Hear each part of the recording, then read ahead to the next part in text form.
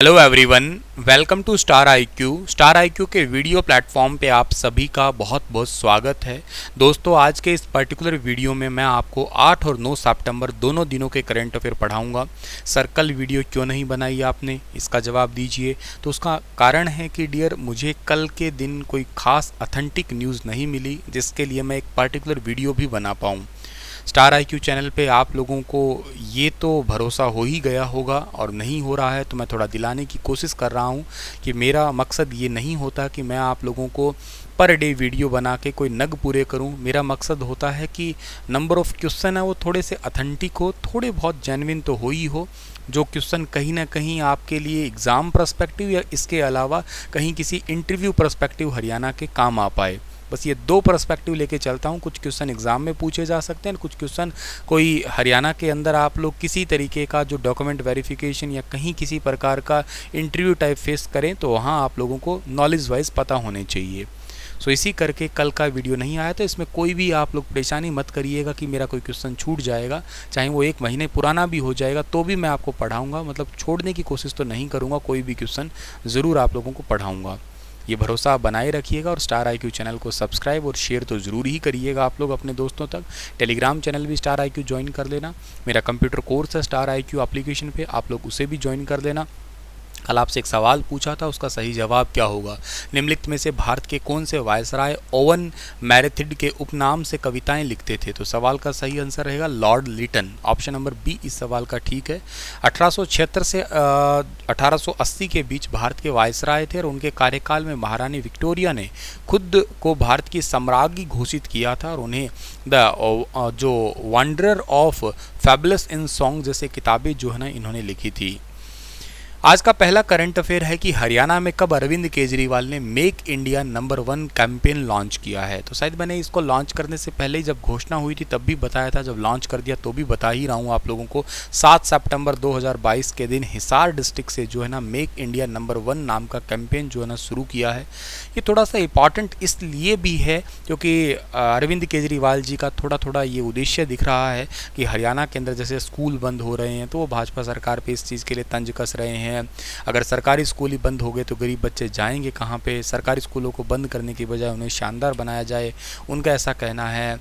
उनके मन में ये है कि आज़ादी का 75 साल ज़रूर मना रहे हैं, लेकिन भारत दुनिया का नंबर 1 देश क्यों नहीं बन पाया। इसके लिए वो कर कोशिश रहे हैं कि हरियाणा के युवाओं को जो है ना इसमें जोड़ रहे हैं, और कोशिश कर रहे हैं कि एजुकेशन जो है ना उसको और थोड़ा अच्छा किया जा सके। हरियाणा में इंटेलिजेंस सर्विस है उसको अच्छा किया जा सके। भारत की नदियाँ हैं, समुद्र है, पहाड़ है, जड़ी बूटियाँ हैं, सब कुछ है भारत के पास। लेकिन सिंगापुर, जापान, जर्मनी देश हमसे आगे निकले हैं, तो क्यों हम लोग आगे नहीं निकल पा रहे। इसके लिए कुछ 130 करोड़ लोगों को एकजुट करने की कोशिश कर रहे हैं। मतलब ये भारत नंबर 1 देश बनाने की ज़रूरत क्यों इन्होंने बताई कि भारत में हर बच्चे की अच्छी शिक्षा का इंतज़ाम करना, हमें इस देश में हर भारतीय के लिए एक अच्छे इलाज का इंतज़ाम करना, और बिजली, पानी और रोज़गार का इंतज़ाम करना। खैर, इस रोज़गार वाले मुद्दे पे तो मैं भी पूरा सहमत हूँ कि यहाँ तो डगमगाहट है ही है।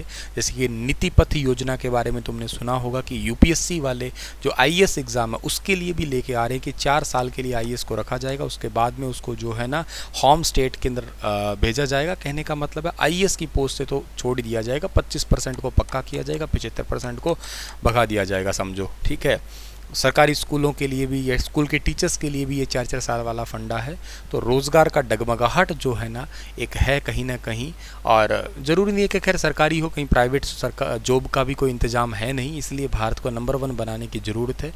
इस वाले प्रोजेक्ट का यही एक उद्देश्य है।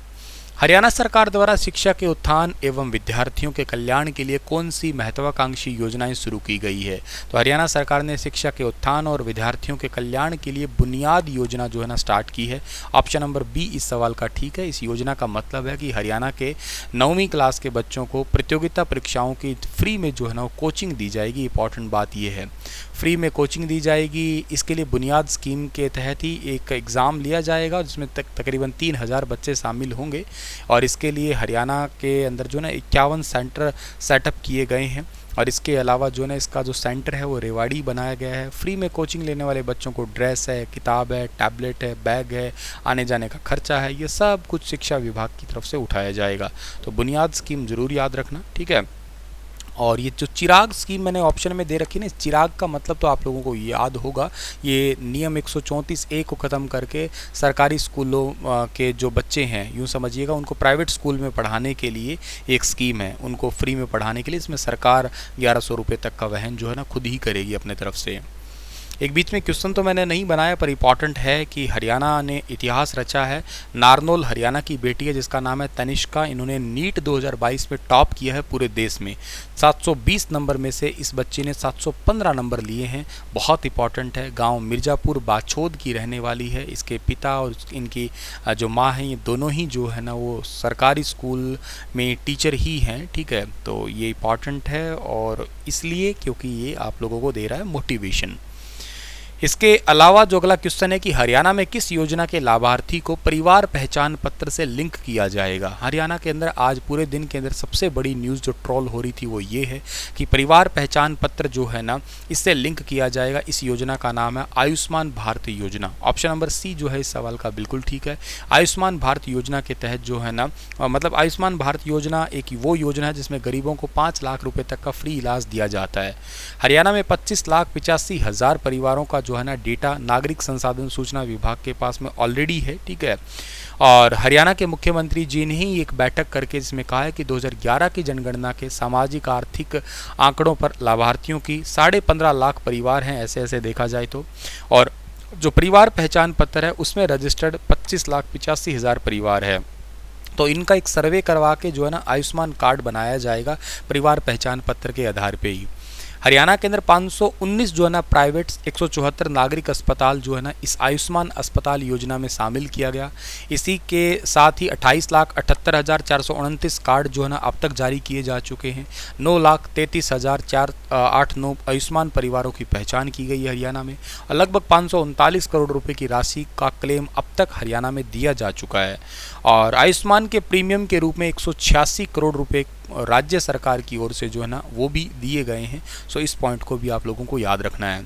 इसके अलावा वक्त के साथ साथ आपको मैंने पढ़ाया भी होगा कि आंगनवाड़ी वर्कर्स है, आशा वर्कर्स है, घुमंतु जाति है, मुख्यमंत्री परिवार समृद्धि योजना में शामिल लाभार्थी है, और भवन निर्माण श्रमिक बोर्ड है, श्रमिक हुए, चौकीदार हुए, नंबरदार हुए, आज़ाद हिंद फौज के सैनिक के आश्रित है, द्वितीय विश्व युद्ध के सैनिकों के आश्रित है, एमरजेंसी के दौरान जेल में बंद रहे परिवार है, हिंदी आंदोलन, मान्यता प्राप्त मीडिया कर्मी, इन सभी को आयुष्मान योजना में शामिल किया जा चुका है। ये सारा ही डेटा इंपॉर्टेंट है।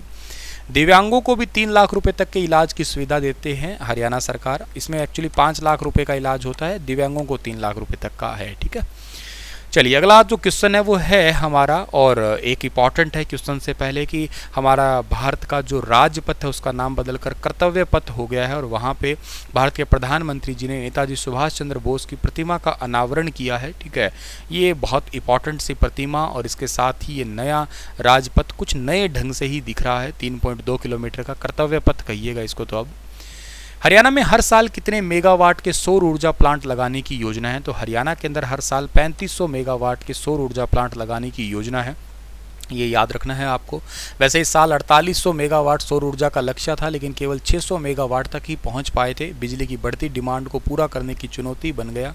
बिजली की खपत ज़्यादा है और किसी भी तरीके से खरीदार उपभोक्ताओं को उपलब्ध करवाई जा रही है। बिजली की कमी के दूर करने के लिए हरेडा ने 2023 से 30 तक की योजना तैयार की और 3500 मेगावाट सोलर ऊर्जा के प्लांट लगाए जाएंगे इसके लिए grid connected solar power plant है, या रूफ टॉप ग्रिड हुआ, या ग्रिड ऑफ हुए आपके, ये सारे ही सिस्टम जो है ना हरियाणा के अंदर लगाए जाएंगे। मेनली इसमें कैनाल सिस्टम भी होगा जिससे थोड़ा ज़्यादा करंट बनता है देखा जाए तो। हरियाणा में 15 लाख हेक्टेयर में धान की खेती होती है, और धान की पराली पर आधारित प्लांट लगाकर बिजली तैयार की जाएगी। पराली से भी बिजली बनाई जाएगी। 600 मेगावाट बिजली तैयार करने की इससे योजना है। 5-5 मेगावाट के करीब 120 प्लांट लगाए जाएंगे। 2023 के धान सीजन में किसानों की पराली जो है ना इसी के लिए स्पेशली खरीदी भी जाएगी। नहर के किनारे लगभग 200 मेगावाट बिजली बनाने के लिए दक्षिण पश्चिम जो ज़िले हैं जैसे कि सिरसा, फतेहाबाद, हिसार, भिवानी, नारनौल, मेवात है, इन ज़िलों में नहर के आसपास प्लांट लगाए जाएंगे जिससे नहर के किनारे पर सोलर बिजली का उत्पादन हो पाए। ठीक है, 200 मेगावाट बिजली उत्पादन करने का टारगेट है यहाँ से।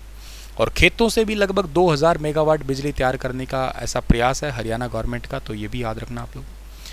हरियाणा के किस जिले में वायरलेस बिजली के पायलट परियोजना की शुरुआत की जाएगी? ये भी क्वेश्चन बहुत इंपॉर्टेंट है। सही आंसर इसका हिसार है। वायरलेस मतलब बिना तार की बिजली। ये पायलट प्रोजेक्ट तैयार किया जाएगा। ऐसा हो पाएगा क्या? ठीक है ना। और कोशिश की जाएगी कि हरियाणा के हिसार में अब आने वाले टाइम में बिना तार के घर घर बिजली की सप्लाई की जाएगी। ठीक है ना। ये प्रोजेक्ट वैसे टेस्ला का था, वो तो अगर जिंदा रहते तो शायद बहुत जल्दी ये काम कर देते, लेकिन अभी भी टेक्नोलॉजी ऐसा कुछ कर रही है। वैसे 2047 तक भारत को डेवलप्ड इंडिया बनाना है, उसका एक प्रोजेक्ट उनमें से ये भी है आपका। तो वायरलेस बिजली होगी, और वायरलेस बिजली का मतलब कुछ यूँ मत समझना कि ऐसा सीधा ही काम करेगा। मेनली सोलर एनर्जी में तब्दील हो जाएंगे हम लोग, तो वायरलेस अपने आप ही हो जाएगी कहिएगा आप लोग। ठीक है, चलिएगा, इसी के साथ ही ये वाला जो लेक्चर है वो समाप्त होता है। और आपके लिए क्वेश्चन है कि सत्यशोधक समाज की स्थापना किसने की थी? राजा राम मोहन राय, संत तुकाराम, महात्मा ज्योतिबा फुले और उपरोक्त में से कोई नहीं? बताइए विस्तार से। कल फिर हाजिर होता हूँ लेटेस्ट अपडेट के साथ। तब तक अपना ख्याल रखना। Stay happy, stay healthy, stay connected with star IQ YouTube channel.